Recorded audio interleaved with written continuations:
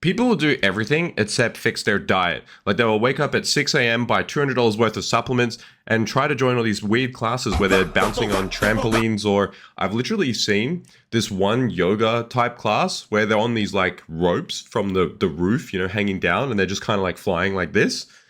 Literally anything but track calories. For some reason, ever since doing this weight loss journey, people treat me like I'm the fitness police now. All of a sudden, like they start telling me what they've been doing to try, be more active, and which is awesome. And, I'll be like, oh, that's amazing. Like, I really support what you're doing. But what annoys me the most is like some people will say I've been waking up early and I've been doing all the right things, but I haven't lost any weight. And I asked a simple question like, have you been tracking your calories? And they say, well, no. Trying to lose weight without tracking your calories is kind of like trying to save money without checking your bank account.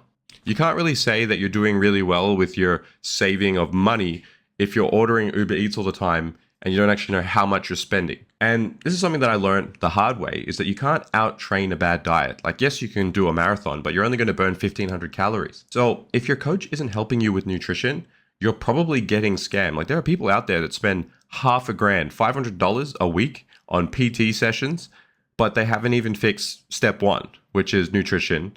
And then once you get that down, and especially if you're trying to do weight loss, then get into the whole working out idea. Because even if you train so incredibly hard, harder than like literally Olympic level athletes, if you're eating in a surplus, you'll still gain weight. This is the example I give all the time. Like one slice of chocolate mud cake, that's like 700 calories. To many people, that's like, oh yeah, that's not that bad. But realistically, that's almost half your daily intake of calories gone in like 3 bites when you could have eaten a whole day's worth of food. And the wild part is, if someone stole $1,000 from your bank account and spent it, you'd be angry, right? But if someone hands you a slice of like 1,000-calorie cake and you're all like, "Ooh, free cake, shot auntie," or thanks for that. People don't have the same reaction when their health is at stake, when realistically, your health is like more important than the $1,000 in your bank account. So if your goal is weight loss, you should be treating, the calories that you're working with in a day as important as the money in your bank account. So if your plan is wake up early, hit the gym, eat cake, repeat, that's not weight loss. That's just maintenance calories, or you're just maintaining your weight with extra steps. So the real problem isn't that you're not putting enough effort into your weight loss. It's that most people are looking for comfort, not progress. Like they want people to tell them that they're doing great things. Like, oh, you're doing really great. Like you've been coming 3 days a week to my PT sessions for $500. And the fitness industry knows that. They make money off you not succeeding, because the more you don't succeed, the more you come back to the gym. So they sell you their supplements. They sell you their discounted pre-workout and their protein and all these so-called shortcuts, because they know that most people won't fix the number one problem, their diet. And they'll happily take your money, tell you you're doing great, and let the cake do the rest. So if you actually want to lose weight, it starts in the kitchen.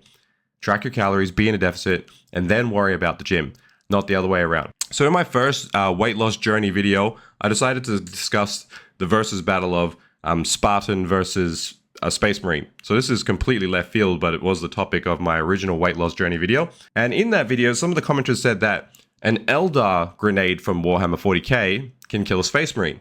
Therefore, a Spartan could just throw a plasma grenade and kill a Space Marine.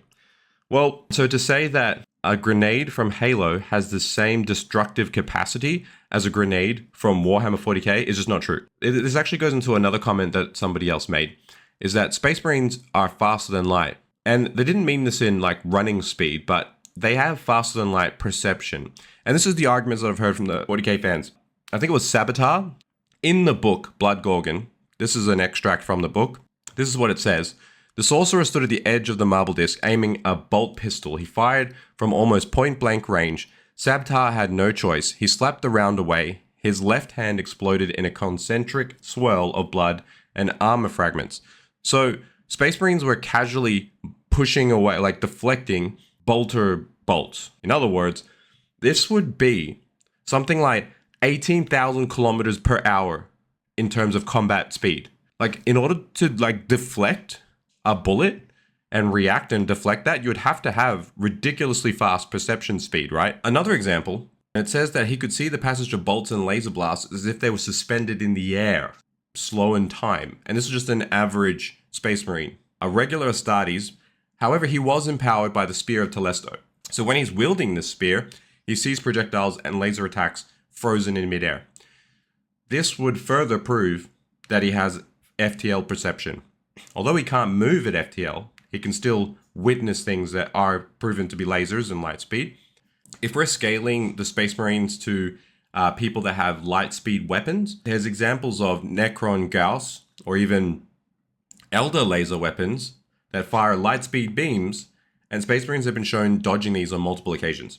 Like we have the Blood Angels, Ultramarines encounters against Necron fire, suggesting at least relativistic speed scaling. Relativistic means like slightly slower than, light speed. We also have the argument of people that fight against people in the warp, like Chaos Marines, Librarians, and even regular Marines in the warp have their perceptions boosted.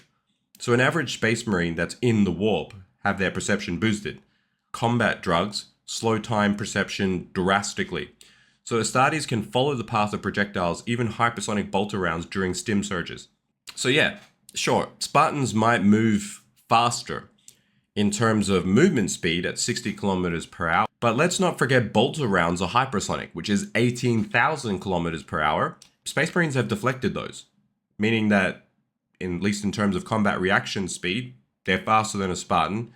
Not to mention, they've also dodged or dealt with things that are light speed, and not only survived them, but have come out victorious in certain campaigns against enemies that used weapons that were considerably faster than them, such as the Necrons. And so if you want me to discuss any other topics in my gym vlog or my weight loss journeys like Space Marines or whatever it may be, drop a comment below, and whatever comments do really well, I'll discuss that in my next videos. Anyways, stay happy.